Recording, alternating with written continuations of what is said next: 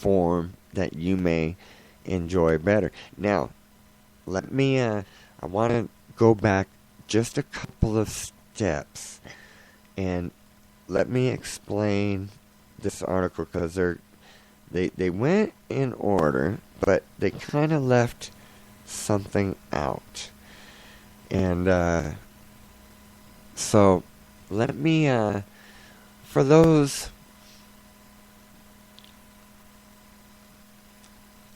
alright, I just wanted to make sure I said this right.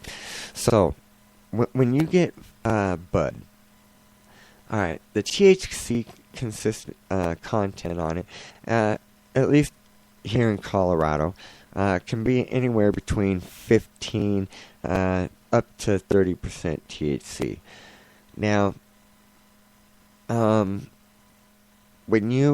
we talked about the hash, that had been around for a long time. Okay, now when you take it and you make it into that type of hash, okay, now you just made the THC content go up anywhere between to 45 to 60% THC content. Alright, now when you take and make BHO, now you're dealing with anything from, I would say, 60 to 85% THC content. Alright, CO2. I'm going to say it's probably the same content as the BHO. So anywhere between 70 to 85% THC. Now, this next one that we're talking about. Alright, now they're calling it Rick Simpson oil, or RSO. I do not like to call it Rick Simpson oil. I like to call it cannabis oil. Because that's what it is. Now, Rick Simpson,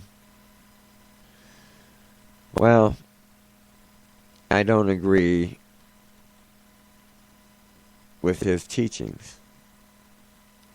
I don't agree with his claims. So I refuse to call it Rick Simpson oil.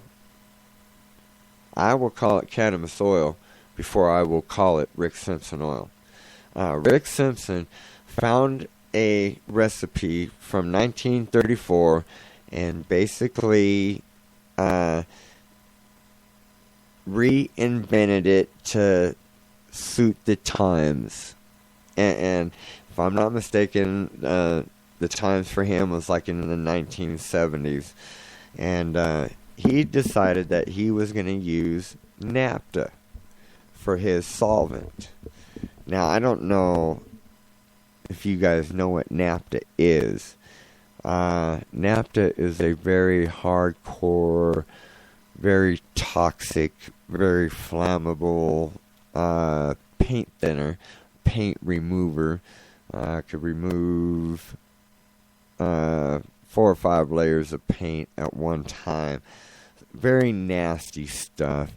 You should wear a mask when opening the jar or the container, because the smell will knock you on your butt. Alright, now, my problem with it is, now you can say the same with butane, but naphtha is one of the hardest solvents to remove from oil, and not a lot of people know how to remove it 100% from the oil. And when that is the case, people start getting poisoned. And when people start getting poisoned, people start dying. Okay, and let me tell you, we supposedly, had a great track record going. 0 deaths on marijuana. Now, We haven't had any deaths. So far, we've been able to, prevent a lot of the poisoning. We've been able, don't get me wrong, people have been poisoned, but they've been saved as well. So, honestly, if you can smell a solvent in there, it's in there. And if you can smell it in the oil, and you take it, that's your fault. That's on you, because a true oil will not have any smell but the THC or the smell of, the bud.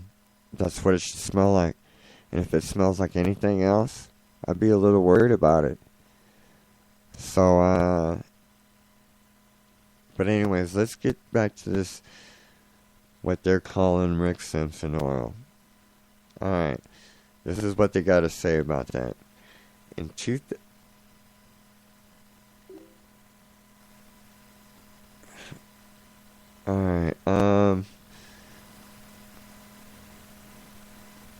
Sorry about that. In 2003, a man named Rick Simpson treated a skin cancer using a homemade remedy made from hemp. By soaking the hemp in pure naphtha or isopropyl alcohol, the therapeutic compounds are drawn out of the plant, leaving behind a tar-like liquid after the solvent fully evaporates. Also known as Phoenix tears, Rick Simpson oil can be orally administered or applied directly to the skin. Many other businesses now sell their own renditions of Rick Simpson oil, some of which are high in THC, while others contain only non-psychoactive compounds like CBD. Now, I'm telling you folks, stay away from the naphtha. Stay 100% away from the naphtha.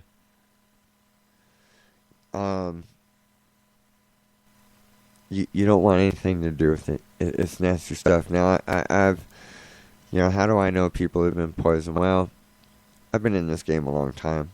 I've been making cannabis oil for a long time now. I've saved quite a few people with this cannabis oil. I've actually, one of a dear friend of mine, I was able to save because he got a hold of some bad oil. He had a tumor in his throat. It got so bad he couldn't eat anymore, so they had to put a feeding tube in his stomach. And there was a caregiver that was making some bad oil. Gave it to him, and it ended up eating his feeding tube out of his stomach. And then it made his esophagus so rubbery that when, he wouldn't have been able to swallow anyways, even without the tumor being on his throat. So, when I came to see him, I swear I thought he only had 48 hours to live. I didn't think he was going to be alive much longer than that. He looked bad. He smelled the naphtha. And then he says, because I broke one of the pills open and about knocked me on my ass. And I looked at him and he goes, "Oh, that smells normal." I'm like, looking at him dumbfounded. I'm like, thinking to myself, are you serious? But I asked him, I was like, who told you that it's normal? He goes, "Oh, my caregiver."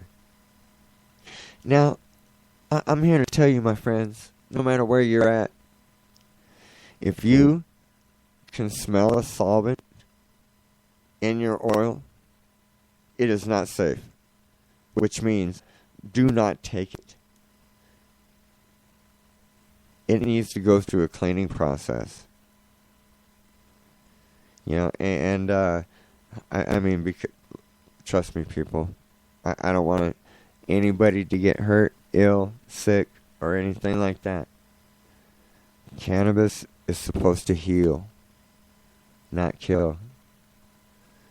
So don't take something so unnatural and put it on something natural like that and try to call it a medicine, because that's what people are using the RSO for. It is medicine.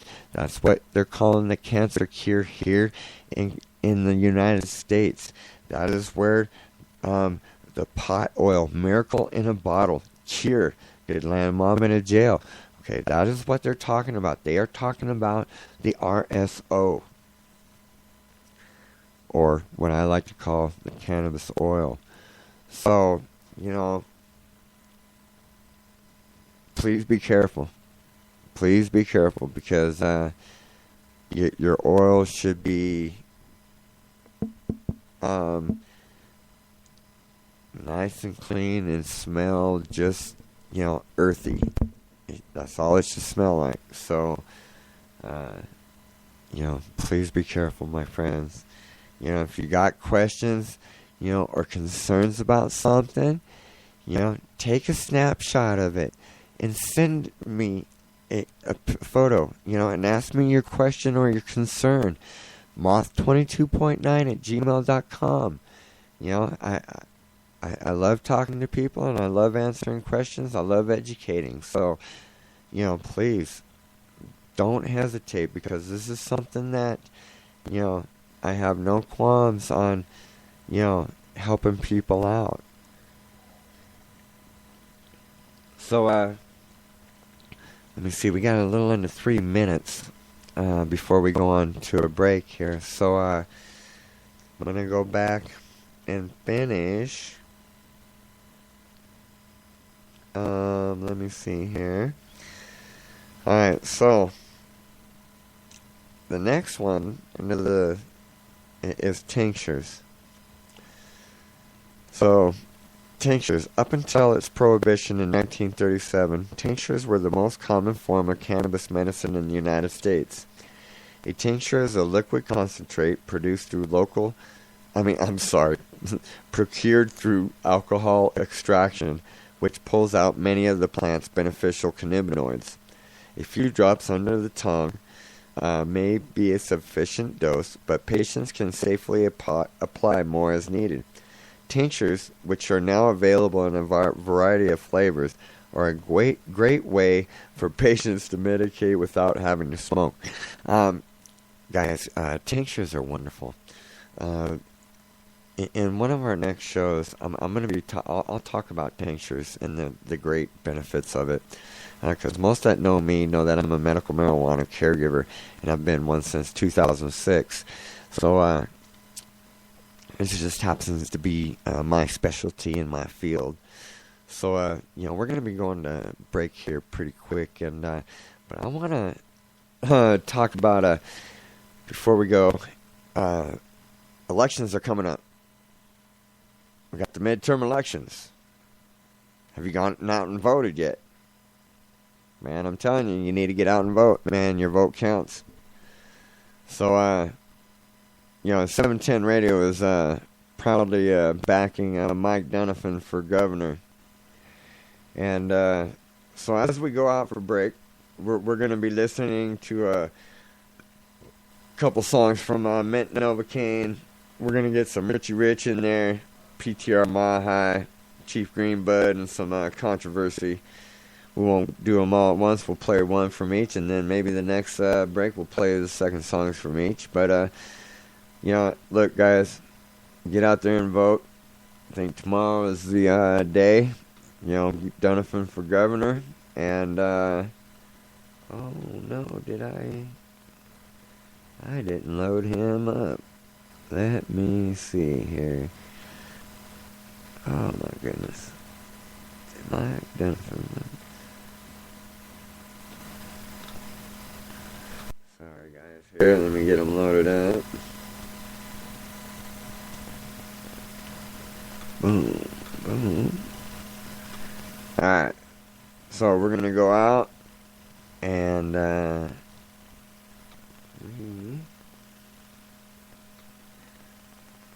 we're going to listen to some words from Mr. Donovan himself. So, guys, we will be back. This is